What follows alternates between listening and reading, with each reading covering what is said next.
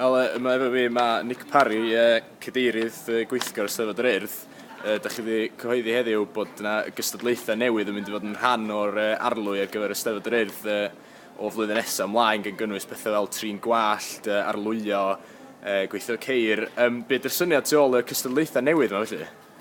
Syniad a sail yr holl weithgor yma oedd sut Steddfod fydde gynnon ni deled y canmlwyddiant. A mae ganddo ni 10 mlynedd, neu mi oedd ganddo ni llynedd. A fydde Steddfod leni yn berthnasol, bryd hynny allai fod yn fwy perthnasol. A mi aethon ni allan i'r priffydd a'r ceia a holi. A mi oedd yna ymateb difyr iawn gan y bobl sy'n hyfforddi yn y colegau galwedigaethol. Yn atgoffa ni bod yna gymaint mwy o Gymru Cymraeg yn mynd i'r colegau'r rheini bellach o'i gymhariad prifysgolion, nid i astudio sgwennu creadigol na cherddoriaeth, ond i astudio pethau ymarferol. Oes ddim byd yma iddyn nhw, medden nhw. A felly mi benderfynon ni, efo'i cymorth nhw, cael y cyrsiau yma sy'n ymwneud â'i byd nhw. A bydd, mi fydd yna bobl yn ennill gwobrau am roi colir, am wneud gwalltiau, am drwsio ceir ac am adeiladu waliau ac yn y blaen. Felly, i gwneud i'n berthnasol iddyn nhw, i wneud yn siŵr na da ni'n colli y bobl yna. A dyma di dyfodol cystadlu yn y Steddfod, felly rhain yn hytrach na cerdant ag adrodd. Wel, dyma oedd y cwestiwn mawr yn de, ac hynny, mi oedd pobl yn gofyn, hei, beth sy'n bod? Sa'n byd yn bod? Mae hon yn Steddfod lwyddiannus, ydy ma hi, ond mae rhaid i dal i fod yn lwyddiannus. Dwi'n meddwl fysa angen un o'r waliau brics na arna i stetiol iddi, os ni'n geid i ffwrdd efo cerdant. Nid dyna'r bwriad, ond geid yn siŵr bod na fwy. Doedd na'n dawnsio disgo nag oedd.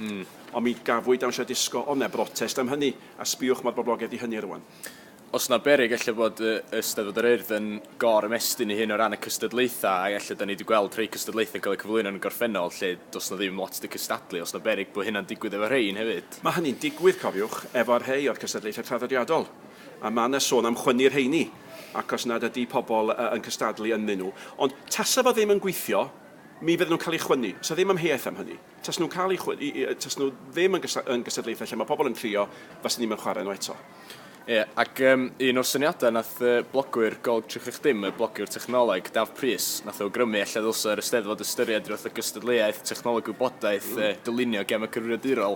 Ydy hwnna'r math o beth fysa'n gweddu'r arlwy newydd a'r cystadlaethau newydd yma? Mae fi so ar byls, ac os dyna oedd yr ail ymateb mwyaf y poblogaidd neu crefa gawson ni, gan bobl oedd yn ysu, pobl ifanc yn ysu, mae eisiau mwy o waith ymarferol, rhyngweithiol, yn seiliedig ar y gwefannau cymdeithasol i ni wneud.